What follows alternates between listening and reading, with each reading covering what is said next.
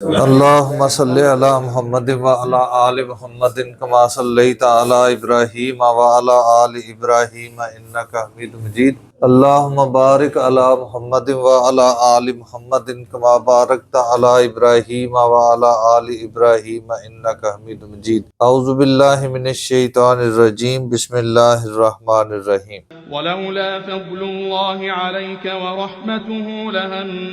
طائفة منهم أن يضلوك وما يضلون إلا أنفسهم وما يضرونك من شيء وأنزل الله عليك الكتاب والحكمة وعلمك ما لم تكن تعلم وكان فضل الله عليك عظيما لا خير في كثير من نجواهم إلا من أمر بصدقة أو معروف أو إصلاح بين الناس ومن يفعل ذلك ابتغاء مرضات الله فسوف نؤتيه أجرا عظيما۔ اس سے پہلے ہم پڑھ رہے ہیں کہ ایک منافق نے ایک مسلمان کے گھر چوری کی اور اس نے چوری کا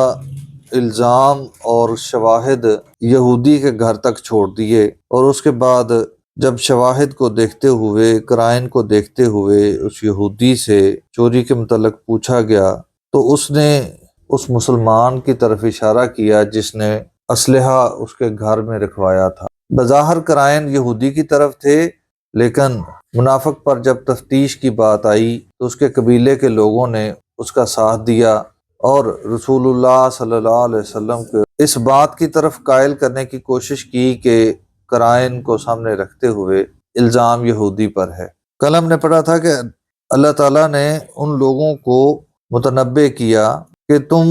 اس دنیا میں تو اس آدمی کی پشت پناہی کر لو گے، اس کا ساتھ دے لو گے، لیکن روز قیامت کیسے کرو گے؟ روز قیامت کون سنبھالے گا ان کو؟ اسی موضوع کو آگے بڑھاتے ہوئے اللہ تعالیٰ رسول اللہ صلی اللہ علیہ وسلم کو مخاطب کرتے ہوئے فرما رہے ہیں وَلَوْلَا فَضْلُ اللَّهِ، اور اگر نہ ہوتا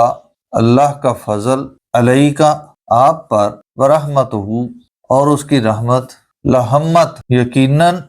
ارادہ کر لیا تھا، طائفۃ منہم ان میں سے ایک گروہ نے، ان یضلوک یہ کہ وہ آپ کو گمراہ کر دیں، حقیقت سے بھٹکا دیں، وما یضلون اور نہیں وہ گمراہ کرتے، الا مگر انفسہم اپنے آپ کو، وما یضرونک اور نہیں وہ نقصان پہنچا سکتے آپ کو، من شیء کچھ بھی، ذرہ بھی، وانزل اللہ علیک الکتاب اور اللہ تعالیٰ نے آپ پر کتاب نازل کی، والحکمت اور حکمت عطا کی، وعلمک اور آپ کو علم عطا کیا، ما لم تکن تعلم جو آپ نہیں تھے تعلم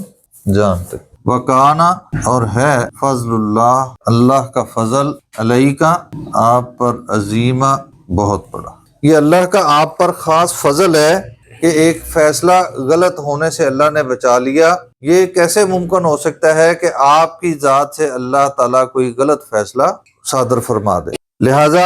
یہ ایک خاص انعام ہے کہ لوگوں کے